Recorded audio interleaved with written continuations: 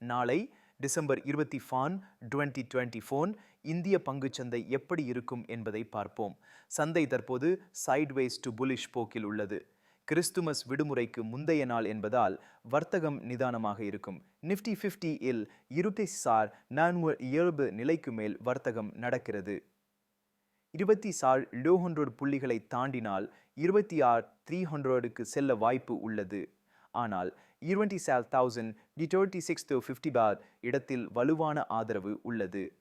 Bank Nifty 59,300க்கு அருகில் உள்ளது. 59,500 அல்லது 59,700 வரை செல்ல முயற்சிக்கும். 59,000 என்பது முக்கிய ஆதரவு நிலையாகும். FII மற்றும் DII பங்குகளை வாங்கி வருவது சந்தைக்கு நல்ல அறிகுறி. கிறிஸ்துமஸ் விடுமுறை என்பதால் வர்த்தகத்தில் குறைவான வால்யூம் இருக்கும். நுவாமா வெல்த் மேனேஜ்மெண்ட் பங்குகள் நாளை ஸ்டாக் ஸ்பிளிட் ஆகின்றன.